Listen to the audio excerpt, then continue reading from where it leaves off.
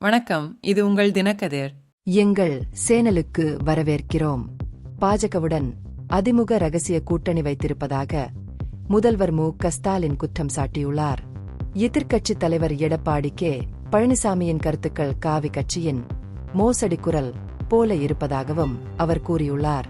பதிவு செய்யப்பட்ட வீடியோக்கள் மூலம் பொதுமக்களின் கேள்விகளுக்கு பதிலளிக்கும் உங்களில் ஒருவன் முயற்சியின் ஒரு பகுதியாக பாஜகவின் சமீபத்திய டெல்லி வெற்றி குறித்த பழனிசாமியின் கருத்துக்கள் கட்சியின் நிலைப்பாட்டுடன் ஒரு இணக்கத்தை பிரதிபலிக்கின்றன என்றும் பாஜகவுடனான அதிமுகவின் மறைக்கப்பட்ட உறவுகளை மேலும் உறுதிப்படுத்துகின்றன என்றும் ஸ்டாலின் சுட்டிக்காட்டினார்.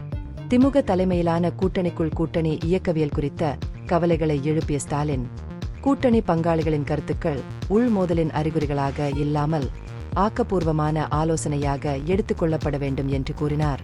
அத்தகைய அறிக்கைகள் கூட்டணிக்குள் முரண்பாட்டை குறிக்கவில்லை, மாறாக அவர்களின் ஒற்றுமையையும் ஆட்சியையும் வலுப்படுத்த மதிப்புமிக்க பின்னூட்டமாக செயல்படுகின்றன என்று அவர் வலியுறுத்தினார். பெண்களுக்கு எதிரான குற்றங்கள் அதிகரித்து வருவது குறித்து மாநில அரசு குற்றவாளிகள் மீது கடுமையான நடவடிக்கை எடுத்து வருவதாக ஸ்டாலின் உறுதியளித்தார். பாலியல் குற்றங்களுக்கான தண்டனையை அதிகரிக்கும் மசோதாவை சட்டமன்றத்தில் அறிமுகப்படுத்தல் மற்றும் பாதிக்கப்பட்டவர்களுக்கு நீதியை விரைவுபடுத்த சிறப்பு நீதிமன்றங்களை நிறுவுதல் உள்ளிட்ட தனது நிர்வாகத்தின் முயற்சிகளை அவர் எடுத்துரைத்தார்.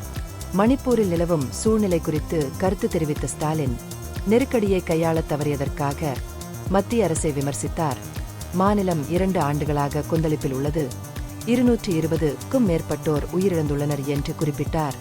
முன்னாள் முதல்வர் பிரேம் சிங் வன்முறையில் ஈடுபட்டதற்கான ஆதாரங்கள் பெருகி வரும் போதிலும் மத்திய அரசு அவரை பாதுகாத்து வருவதாகவும், இது இறுதியில் உச்ச நீதிமன்ற தலையீட்டை தொடர்ந்து அவர் ராஜினாமா செய்ய வழிவகுத்தது என்றும் அவர் குற்றம் சாட்டினார். தனது அரசாங்கம் நீதி, நிர்வாகம் மற்றும் வலுவான கூட்டணிகளை பேணுவதில் உறுதியாக இருப்பதாகவும், அதே நேரத்தில் மாநில மற்றும் தேசிய எதிர்க்கட்சிகள் இரண்டையும் தங்கள் செயல்களுக்கு பொறுப்பேற்கச் செய்வதாகவும் ஸ்டாலின் மீண்டும் வலியுறுத்தினார். அவரது அறிக்கைகள் தேசிய பிரச்சினைகள் குறித்த திமுகவின் நிலைப்பாட்டை மீண்டும் உறுதிப்படுத்துகின்றன, மேலும் தமிழ்நாட்டில் சட்டம் ஒழுங்கை பாதுகாப்பதற்கான அதன் தொடர்ச்சியான முயற்சிகளை எடுத்துக்காட்டுகின்றன.